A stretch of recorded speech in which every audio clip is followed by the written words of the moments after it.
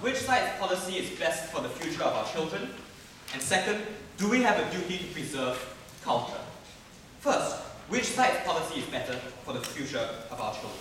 Now, our first speaker brought you many arguments about the nature of education and why teaching an indigenous language just doesn't fit into this construct. We're going to point out first that there's been no response from the second speaker to our entire argument about how some concepts just can't be taught in indigenous languages from an extinct generation, from generations ago. Because the only real response we heard was a point of information which said, how hard is it to teach 1 + 1 = 2?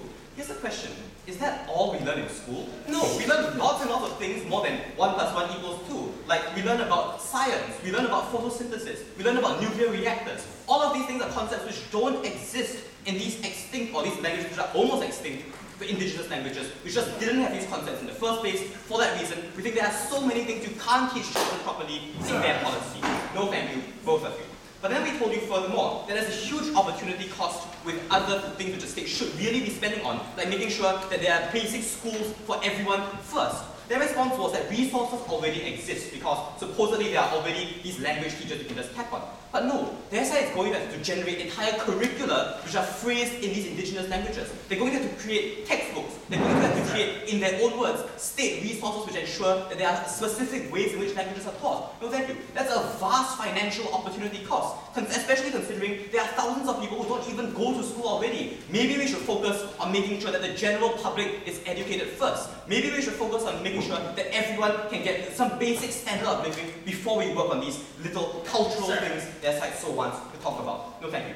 But then our speaker also told you that the consequence of that policy is social antagonism in the long run. Their second speaker's response was quite honestly flippant. She said, in our paradigm, social antagonism also exists. That's true, but the question is which side makes social antagonism worse? And we think they make it far worse, I'll take you in a moment, when their side causes enclaving to happen in these groups. We want to hear a response from their next speaker. Yes, madam. So when these indigenous people are forced to learn English, how are they actually belong and included in the society when they have an inherent hard position to learn that language? I was going to deal with the argument next, but so let's deal with it right now, in fact. Are we forcing these people to learn English? No. Who said we're forcing them to only learn one language? There are so many ways you can study a language, so thank you. For example, maybe our parents teach us language too. So if parents really think it's so important to educate their children in these languages, it's very easy to pass on language that way. No thank you. All of us could speak English before we ever went to school. So for these reasons, we think it's very easy, in fact, for language to be passed on in other ways. We're not forcing anyone to do anything. No thank you. So for these reasons, do we protect children better? Yes, we do, because we empower them with the skills which they can actually apply to their future life. We haven't heard a response to the idea that some things just don't help you get a degree. Some things just don't help you get a job in future life. And those aren't things which we include in the education system. No thank you. Second point of contention. Do we have a duty to preserve culture? First, they told us that language is the basic reflection of culture. And our question is, why can't we preserve this outside of the context of the state mechanism and the education mechanism? I've already told you there are plenty of ways we can preserve this. No thank you, in museums. If parents really think it's so important to teach their children, they can do so.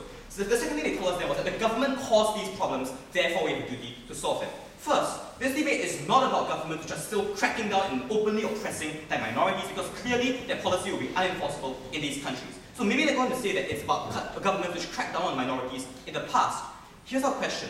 Why should tax dollars from people living in the present be used to make up no thank you for crimes committed by a past generation? We don't think you can hold a present generation accountable for the crimes of a past generation. For these reasons, we don't think it's legitimate to tax people today to pay for some crimes that were committed in the past. No thank you. The last thing I said was the government must be representative of its people. So here's the problem. Social institutions are created by majority rule. That's why we have democracy, because we believe that some things are best suited for the majority of our country. These are institutions which we agree upon in general. For these reasons, we don't think that creating a very minute segment of this education system is legitimate. We think the government can represent its people in so many other ways, but for majority representation, we feel the majority education works the best. So thank you. I'll deal with that second speaker's argument about empowering the minority in my substantive point, which will begin now, about distorting parental decision-making over our children's education.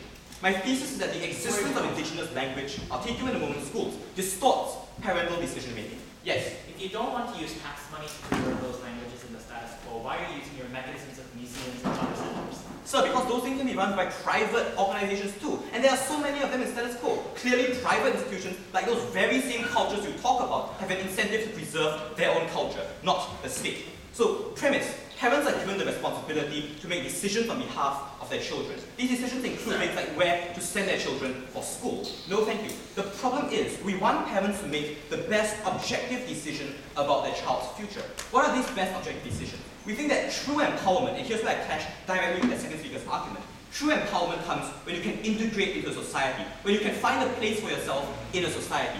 Empowerment comes when you are given the skills and the ability to progress in society, to find a job, to be able to make a wage, to thank you, to feed your children. That is the nature of empowerment. The problem is that because that system doesn't allow for this, for the teaching of conventional languages which allow you to interact better with the majority, they cripple the ability of the minority to be empowered in this way. Furthermore, because they haven't addressed any of our arguments about how education itself isn't possible with languages which cannot convey concepts, we think they further conceded, no thank you, that education is inferior under their paradigm. The problem is, even if they're going to argue that free choice exists, my argument is going to show that this free choice isn't present. Why? Because individuals feel pressured to send their children to these indigenous schools. Because the message that is sent by setting up these schools is that there's a right way to be an indigenous person. That there's one way in which, no thank you, you are supposed to behave, and you're supposed to be brought up as an indigenous person. You're placing these indigenous groups under huge cultural pressures to send their children to these schools. So free choice doesn't exist in their model. Furthermore, you make these people feel like they have a duty to do so, or that they are undermining their own culture. This fundamentally distorts the ability of parents, no thank you, to make objective, rational decisions about where to send their children. The consequence of this is that parents are disempowered. They can no longer send their bright child to a school which can give them a higher standard of education because they think that they have to send their children to specific schools which bring them up better in this cultural context. So thank you. We saw a parallel to this happen in Malaysia, where in countries like Malaysia and Singapore, where Malays feel compelled to send their children to madrasas instead of general state education because they think that's the right way to bring up a Malay child. Here's what we've shown you in this point. We don't empower individuals because you take away their free choice to bring up their children in a manner which can integrate themselves into society. They take away from the ability of these indigenous groups to truly empower them in a society which speaks a certain language. For these reasons, we think their side is the one which cripples the ability of these indigenous groups to normalize themselves in society, to interact with society, exacerbating everything my first speaker told you about enclaving, which their side has yet to deal with. What have we shown you so far? We've shown you first that we don't have a fundamental duty to preserve culture through the mechanism of education or through the mechanism of state funding for education.